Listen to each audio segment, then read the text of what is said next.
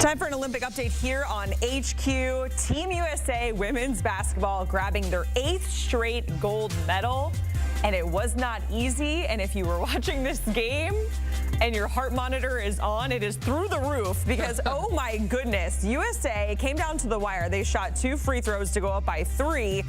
France then goes the length of the court, shoots what looked like a 3 at the buzzer. They make it, but her foot was on the line, so it only counts for 2.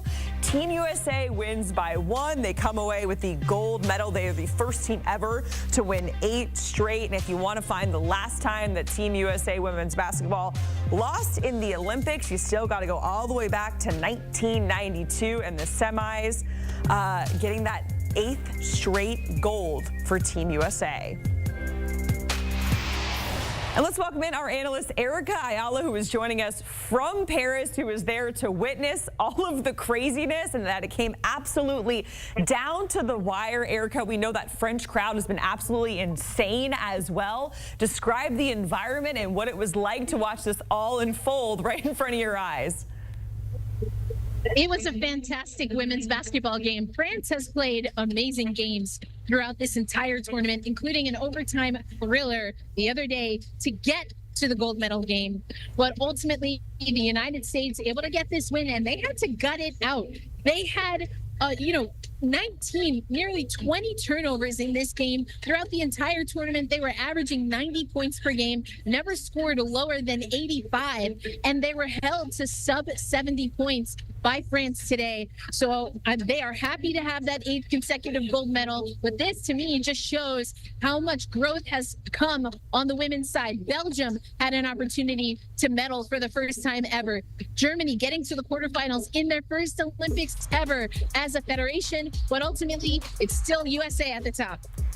Yeah, we see the point differential drastically different in 2024 than we've seen in previous years. So France really taking it down to the wire. Erica, what was the reaction from the fans, especially with that French home crowd, when it all unraveled the way it did and Team USA comes out on top, winning by 1 point?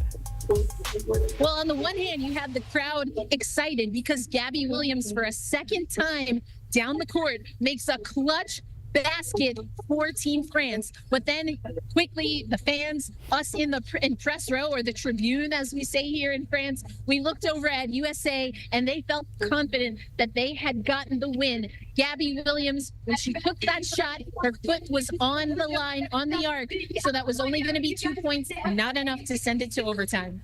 So, Erica, I know you mentioned the turnovers, about 20 of them total, 14 of those coming in the first half alone. We saw Kalia Copper come in clutch, Asia Wilson. Who do you think was the X factor for Team USA to ultimately get them the win in their 8th straight gold medal? Yeah, that's a great question. I think there's a few ways that you can look at this, but I'm going to stick with Asia Wilson.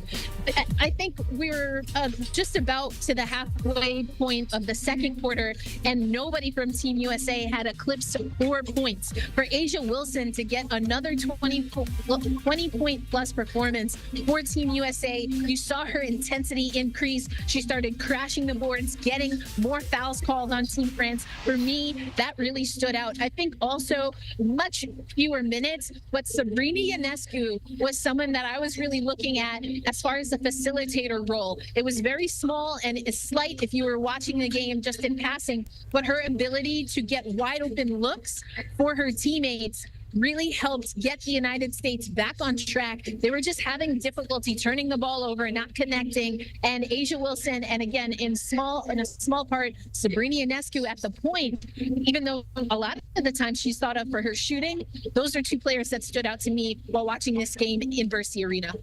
Erica, of course, we can't talk about USA women's basketball without talking about DT, her 6th career Olympic gold. She's never lost a game in her Olympic career ever. Very likely her last at 42 years old. How much is this final game and the fashion in which they won is going to add to her legacy? I think it absolutely adds to her legacy. I think the United States press having a Diana Taurasi there. From how a lot of people, Cheryl Reeve, the head coach of Team USA, She makes it evidently clear, one, that this is a tough team, Team USA, to get significant minutes. And a lot of that just has to rely on what the coach needs at any given point in time, And Diana Taurasi was not the go-to particular Olympics. But again, looking at players like Lauren Jackson, even what Gabby did for France. Diana Taurasi and her time Olympians right now down on the court as they get the podium ready here at Bercy Arena. And Diana Taurasi played a significant leadership role on this team. Is it the minutes that she wanted? I think as a competitor, likely not. But when you play for USA, you are buying into the team first. And I think Diana Taurasi understood that. Cheryl Reeve asked her to play a different role, and that's exactly what she did. And I'm sure she'll take it. Yeah, the veteran presence in the locker room, and is not something that you can take for granted. Erica Ayala joining us here, recapping Team USA women's basketball's huge win, getting their 8th straight gold medal in a absolutely crazy fashion. Thank you so much, Erica. We appreciate it. Enjoy the rest of your time in Paris and getting a look at the final medal count from the Paris Olympics. With that gold that the women's basketball team just got, we are officially tied for the most golds with China at 40 when it comes to medal count in its totality. Team USA at the top with 126. That's 40 gold, 44 silver, and 42 bronze.